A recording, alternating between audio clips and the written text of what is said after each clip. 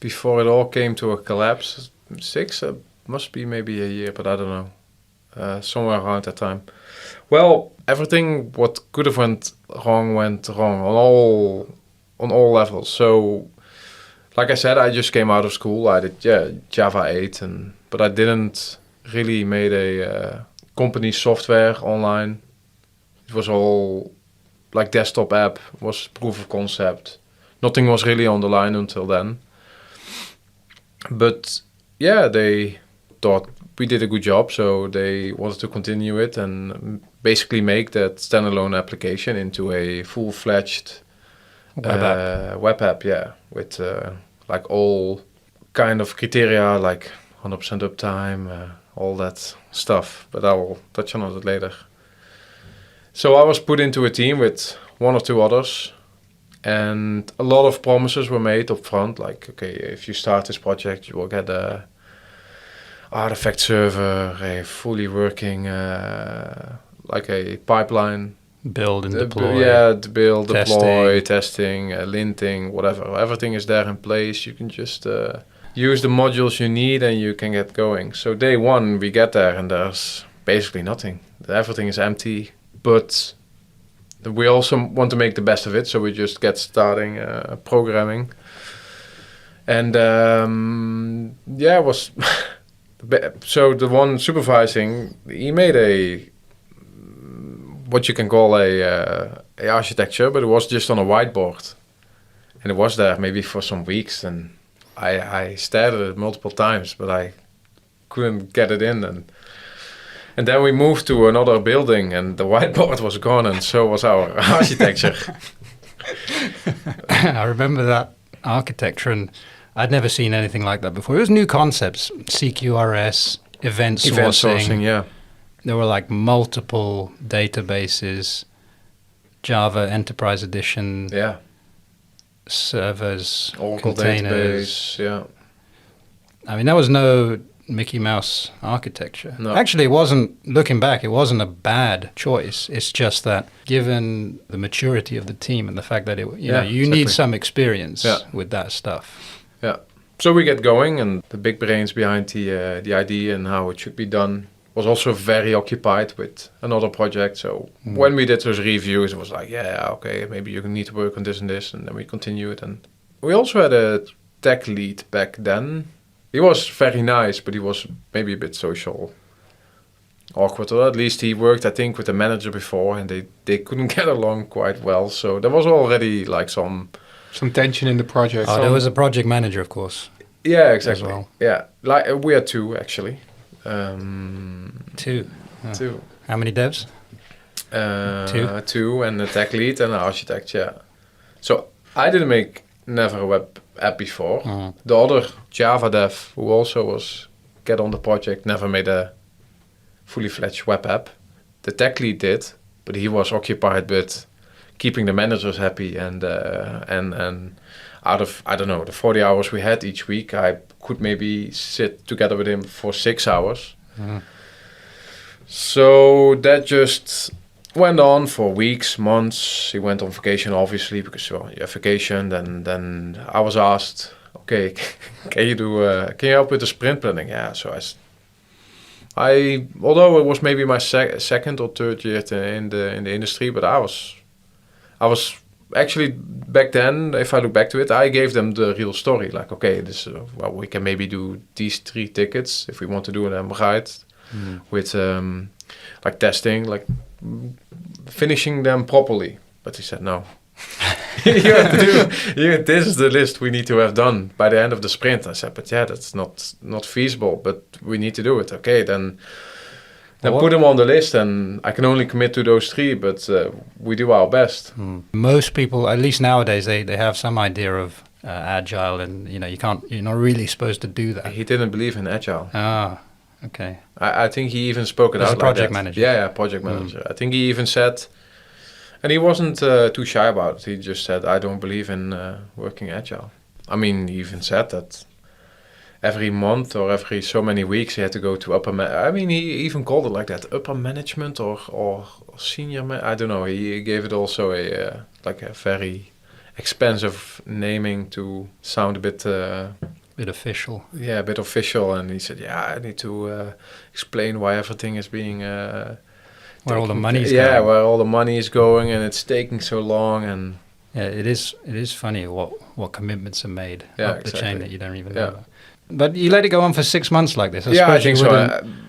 And then the tech... Well, I mean, I believe then the tech lead just collapsed.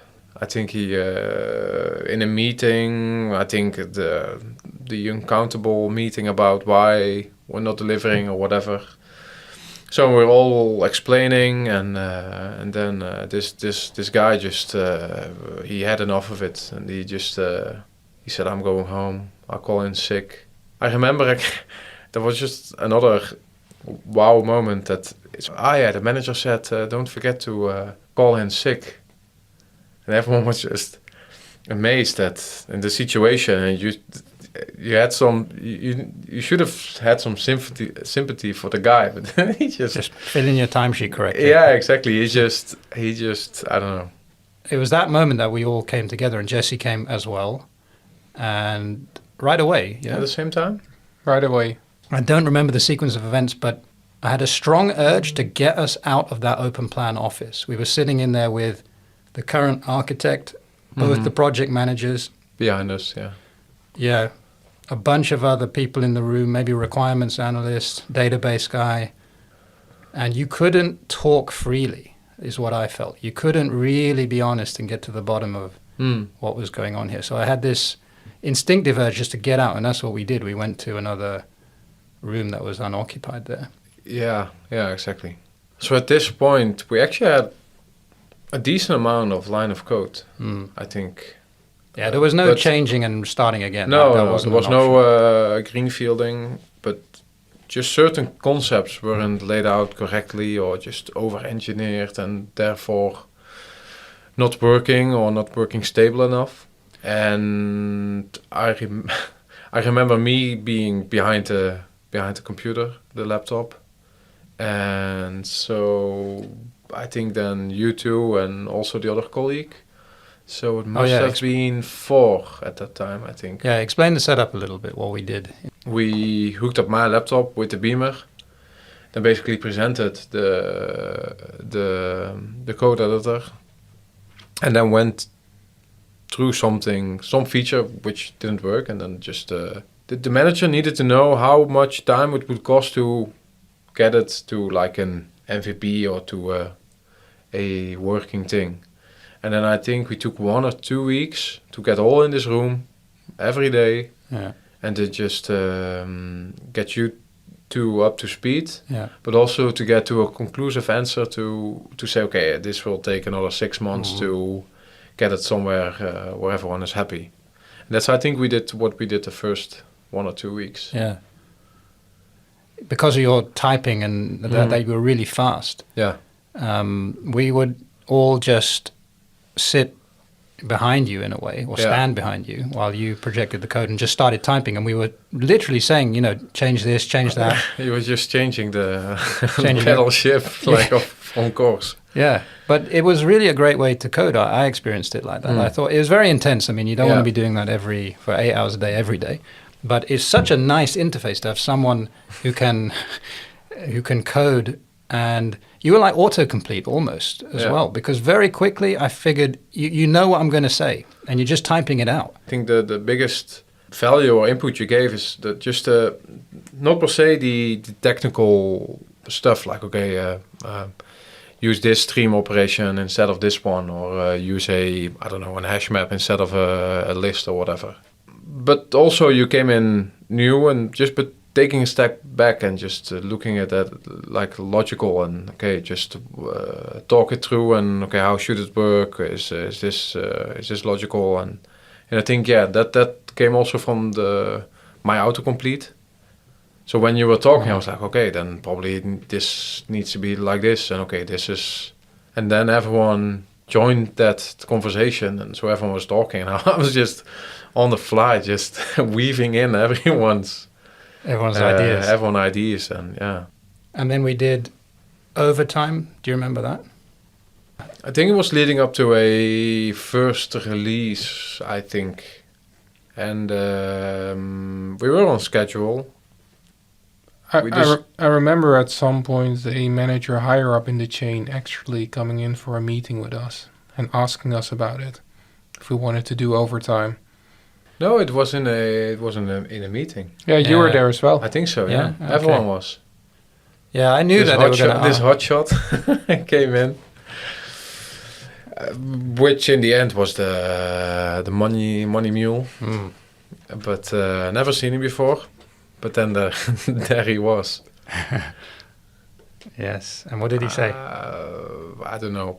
First a good weather story about how difficult times it was, and but we were doing the all right thing and stuff like that.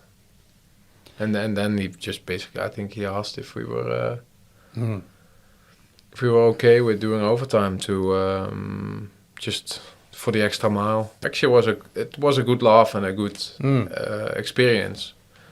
Intense period, but it was a good experience. Yeah, exactly, and not. Well, sometimes you have like, okay, well, like a year ago I did this and that and it was a good experience, but actually at that moment it was a good experience. Even in the moment. Yeah, exactly. Yeah. One of the managers, because I don't know why, but they had a feeling that as we were doing overtime, they also had to be there. To babysit us. Yeah, basically. It felt like that. I wish they wouldn't be there, but they had a feeling, okay, we are a team. And me as your direct manager, I need to be there. So they were sitting there, and so on the time, like you said, I think at one night, I don't know, it was maybe 9, maybe close to 10 o'clock in the evening. And he wanted to go home. He wanted to go home before that. So he was like, yeah, guys, should we maybe wrap it up? And tomorrow there's a new day. But we were just... No, we're in the flow. Yeah, we were there just... yeah, and I also remember that... So after, I don't know, maybe the last... So I don't know if I remember it correctly, but I think it was the last day or evening we did overtime, and the day after, or maybe that same week, there was like a big demo to everyone. And we were showing off to one of the managers, like, look what we did. We were really proud of it. So we were demoing, really enthusiastic after all this struggling, and he just bluntly asked, so does it work? Or are we good, or are we set for tomorrow? And I remember looking at him and I said... this was the project manager on the night. Yeah. He still was there babysitting. And he sat behind us for a little bit. Yeah, and we demoed it to him, like, whoa, we got it working really... Yeah, we were showing really him detail, this is what's going on, and look, if you click this happens. And his eyes had glazed over. And then he woke up at the last minute, so does it work? Yeah, exactly. And I looked at him and I said, I made a joke, but he I probably didn't make any friends with the joke, but I said, nah, Chris, I don't know what I said, but it basically came down like he doesn't want to know what we did. He just wants to know if it was working. And that, I know, it was just such a slap in the face, like after Talk all about this. motivating. Yeah, exactly. And then there's this guy just asking, okay, does it work? It was just such an anticlimax. Basically, after such a good period and experience, but yeah. It's a real vibe killer. Yeah. A very traditional project manager. I did get along quite well with him. I can work with a guy like that. He's not an inspirational leader he's just a traditional project manager trying to hit deadlines, trying to spend the budget correctly. And also, with him, he was a fiery character, right? And you want to be, if you're going to have a project manager, you at least want that person to be able to do something. And that's usually, okay, this other team, we're depending on them, they're not delivering, can you see what you can do? And he would at least be able to execute on those things. There, yeah. He'd go there, he'd kick up a fuss, and usually, more often than not, he would get things done. And we've had experiences with managers who, they can't even do that. No. So they can't motivate you, they don't know what you're doing, and they can't get stuff organizationally done. There was just so much going on. So one of the project managers got replaced by someone else. Oh, the other project manager. Yeah. He was a completely different character. Yeah, He was more of a people's He guy. was a bit I more. could have a laugh with him and a talk, but he was a bit, if you want to do something to be done, then Forget he it. would maybe try it once, twice, and then maybe it would probably bleed, and then that's it. But he was just a... Nice guy, humble, Yeah, exactly. fine to chat with. Yeah, He exactly. wasn't really into it, let's face it. No. He didn't care. No, and not the IT side of things. He was Mm. just a project manager, but not an IT project manager. He had no... No use. also, but he had no affection with IT technology and whatever. Yeah, so he had no love for IT, and No. he couldn't get anything done. Yeah, Organization. exactly, So what was he doing? So that's why he got replaced.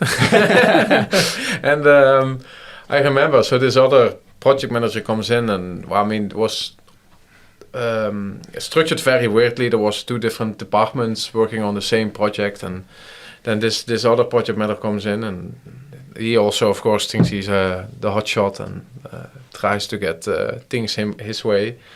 And he wants to get us moved to the main building because there's where his department is sitting. So they get into this fight where we have to sit, and that just... Because I wanted to put a stamp on, I don't know what he wanted to do, but...